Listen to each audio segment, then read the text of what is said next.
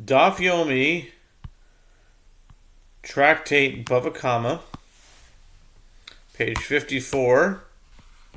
A, top of the page, with the words O, mibaya le lechalik. The word or is necessary to say. Oh, they're asking how did the rabbis make use of the word O? Shor o chamor, so they say shor v'lo adam, chamor v'lo kelim. But how did the rabbis darshan the word O? The word O is necessary to separate the cases of the ox and the donkey. This indicates that if either falls in individually, the owner of the pit is liable. And how does Rabbi Yehuda derive the halacha to separate the cases in the verse? He derives it from the use of the singular form of the verb and an ox or donkey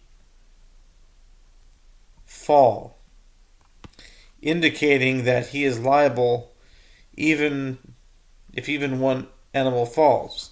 And the rabbis maintain that the term and fall can also indicate many animals, as the use of the singular form of a verb does not prove that the subject is necessarily singular. The Gemara now challenges both opinions. Say that the term and fall is generalization, whereas the phrase an ox or a donkey is a detail. According to the principles of halachic exegesis, the Torah presents a generalization and a detail. When the Torah presents a generalization and a detail, the generalization includes only what is contained in the detail. So it's ema v'nafal klal, shor v'chamor prat, klal uprat, ein b'klal ela ma shebeprat.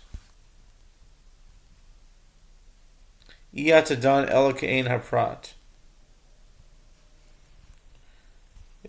The generalization includes only what is contained in the detail. Therefore, an ox and a donkey are indeed included, but anything else is not included.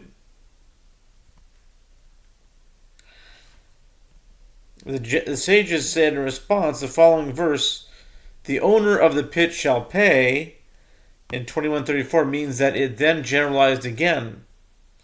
The verses are structured according to the principle of halachic exegesis of a generalization and a detail and a generalization. Klal uprat uklal. I'ata dan ela ke'ein haprat. Ma haprat miforash balei chaim af kol balei chaim. A generalization and a detail and a generalization. According to this principle, you may deduce that the verses are referring only to items that are similar to the detail. In this case, just as the explicit detail is referring to animals, so too all items included in the generalization must be animals.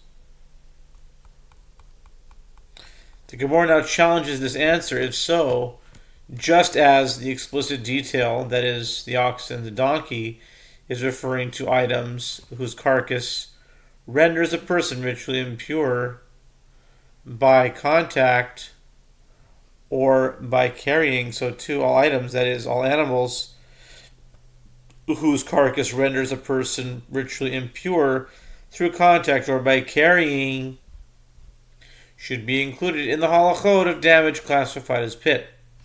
But birds whose carcasses do not render a person impure through contact or by carrying would not be included.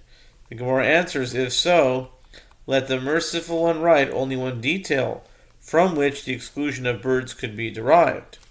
The Gemara asks, which detail should the Torah write? If it writes only an ox, I would say that an item that is sacrificed on the altar, such as an ox, indeed renders the owner of the pit liable, whereas an item that is not sacrificed on the altar does not render him liable. And the merciful one writes only a donkey, I would say those animals whose firstborn is sanctified, such as a donkey as described in the Torah, Exodus 13:13, do indeed render their owners liable. But animals whose firstborn is not sacrificed do not render them liable. Therefore, the Torah states both an ox and a donkey. The original difficulty therefore resurfaces. Why is the verse not expounded as a generalization, a detail and a generalization, thereby excluding birds? Rather, the previous method of deriving liability for a pit must be rejected, and instead it should be derived as follows. The verse states, and the carcass shall be for him. Exodus 21:34. From which it may be inferred that anything subject to death is included. The Gemara asks, if this is the basis for liability for a pit, then both according to the rabbis who exclude vessels from liability based on another verse, and according to Rabbi Yehuda, who has amplified the halakha to include vessels, one could ask, are vessels subject to death? Clearly, vessels cannot be subject to death. Why, then, is a separate source necessary to derive their halakhic status? The sages said in reply, vessels may also be considered subject to death in the case that their shattering is tantamount to their death.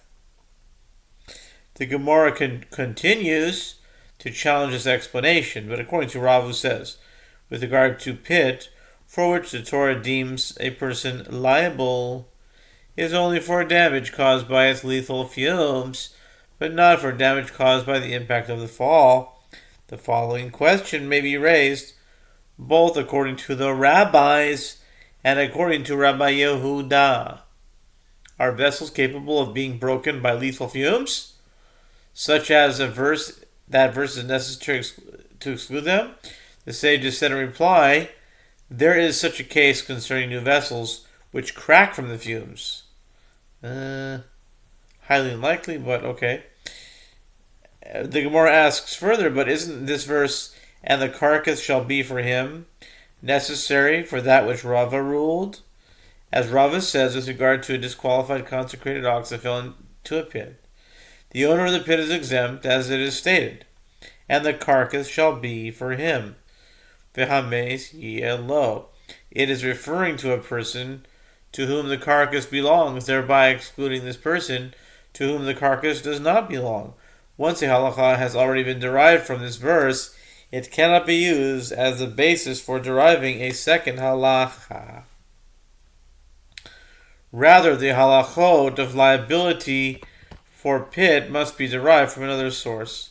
The verse states concerning the pit, he shall recompense money to its owners, Exodus 21:34, thereby including any item that has an owner within the scope of liability.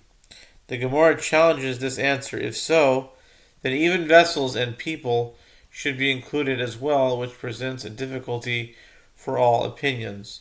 The Gemara answers why.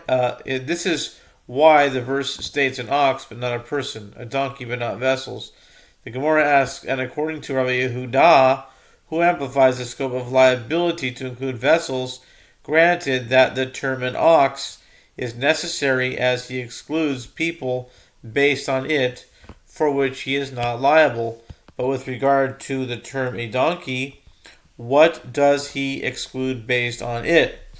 Rather, Rava said the term donkey stated with regard to pit, according to the opinion of Rabbi Yehuda, and the term sheep, Deuteronomy 22:1, stated with regard to a lost item, according to the opinion of everyone, see Bava 27a, are difficult. There is no explanation for why they are stated.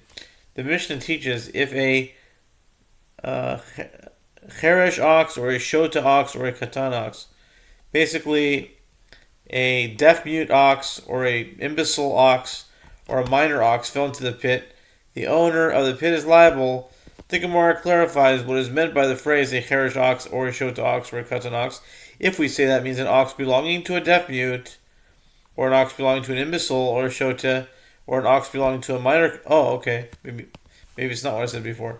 If you say it's that belonging to a minor, then it can be inferred that if it was an ox belonging